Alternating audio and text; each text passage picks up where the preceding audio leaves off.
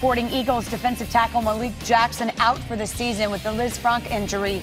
Eagles defensive coordinator Jim Schwartz had this to say: "We'll miss him, but we have plenty of guys who can step up and play." In other words, NFL life rolls on.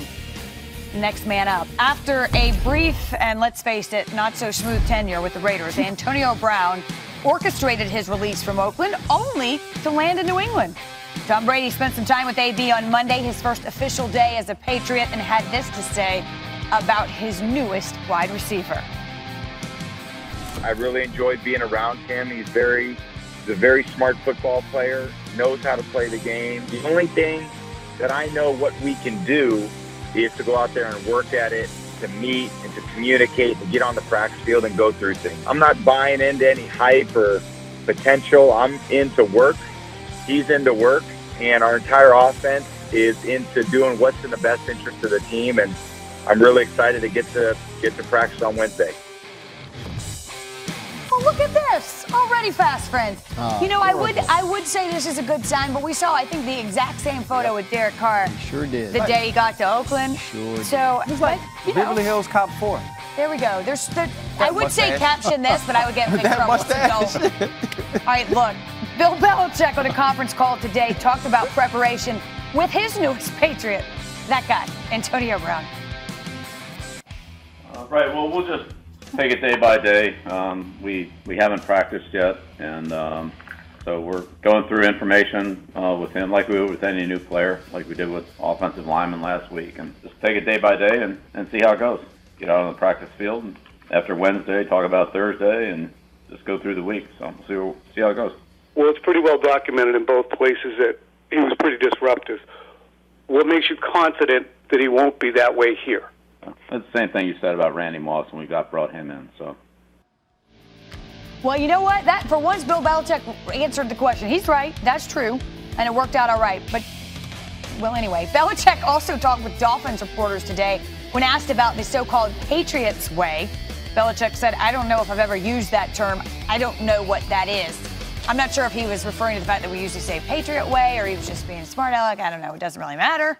The bottom line is Antonio Brown is now with the Patriots. Does he last the season?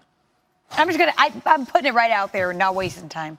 Yes. Okay. I think what the Patriots have going on somehow overcomes everything else, and I think it works. No, I believe it works as well, and I believe it works because Antonio Brown, for some of the antics we've seen publicly, he understands how to get along when it's time to get along.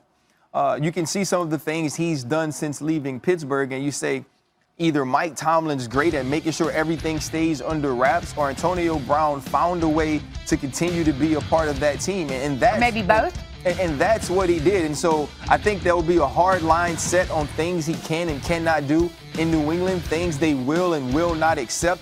And I know it's a place where you need to be on time, a place where you need to be available, a place where you need to work hard. From my time with Antonio Brown, those are things he did.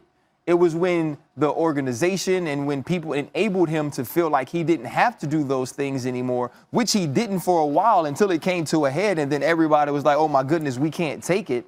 When a hard line is set, he'll understand what to do. And Tom Brady and Bill Belichick has taken on so many people who we knew were problems, and they didn't have those issues in New England. Is this a situation of you give him an inch, he takes a mile, but New England just won't give the inch? Yo, absolutely. Antonio Brown is a guy that is going to do what you allow him to do. He's a guy who will have someone reach out to you and say, hey, coach, can I use this phone call for my video?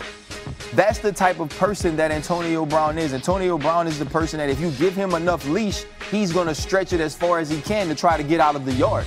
And so for him right now, he understands where he is in New England. He understands the opportunity he actually has to not only rewrite who he is as a player, but as a person.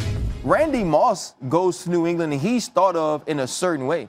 I believe a huge part of why he is so successful now is because he went to New England, he changed the way we looked at him and the way people perceived him, and now he's the Randy Moss that's on NFL Countdown for ESPN.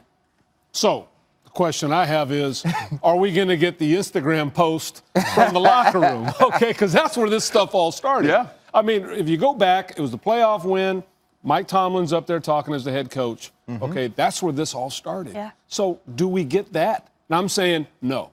Because if he wants to stay, and I think he does, if he wants to make this work, he has to conform.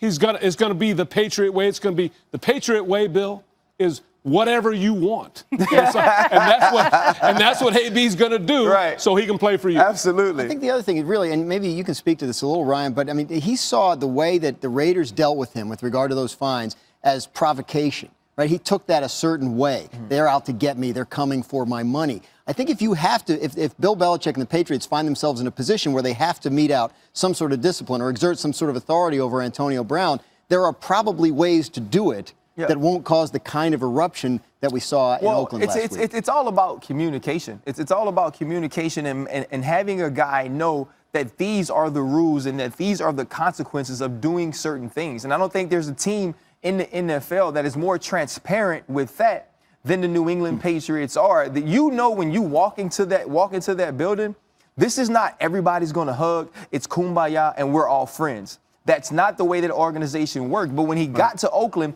that was the feeling they gave him. When he sat up there with them, it was glowing things said about him, and they loved him and they wanted him there. And then for all these things you said about me and wanting me to be me, now you find me without telling me. And it's on Hard Knocks. And it's on Hard Knocks. Yeah. Well, he was going to make sure everybody knew about it anyway. He got the word out himself as well. But there's some truth to that you got to set the standard. And that standard in New England's been set. Absolutely. It's been set many years ago. And it's the way they do things. There'll be no ambiguity. And it sounds like Antonio Brown is not someone who does well unless things are pretty clear. Absolutely. And so I think it works there. All right. We'll see. It will be interesting to watch because if it does work, wow, can they be prolific, as if they aren't already. Also new this afternoon on NFL Live, Panthers Nation reporter David Newton reporting ahead of the Panthers game against the Bucs Thursday night. Panthers defensive lineman Gerald McCoy says he plans to retire as a Tampa Bay player whenever his NFL career is over. He's already talked to management about that decision. Again, they will kick off week 2 on Thursday night. When we return, who had the best play of week 1? Was it Malik Hooker? Was it Vernon Davis? Or did someone from last night's Monday night game steal the show? Our top plays of week 1 on deck.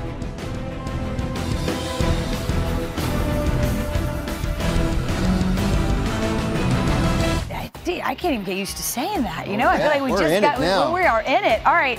So that means the week 2 power rankings are out.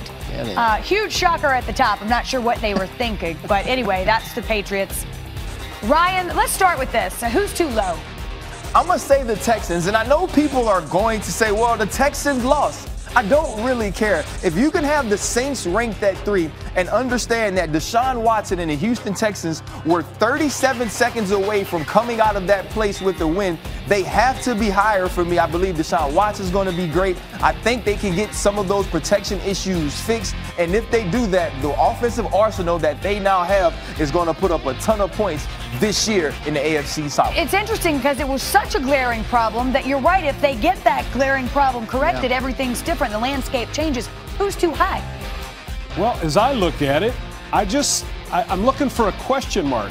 Kind of no question. The first question mark I come to, the LA Rams, is Todd Gurley healthy enough to be Todd Gurley, the man that we know can dominate? Okay, that's a question mark. The next guy down is Lamar Jackson for the Baltimore Ravens.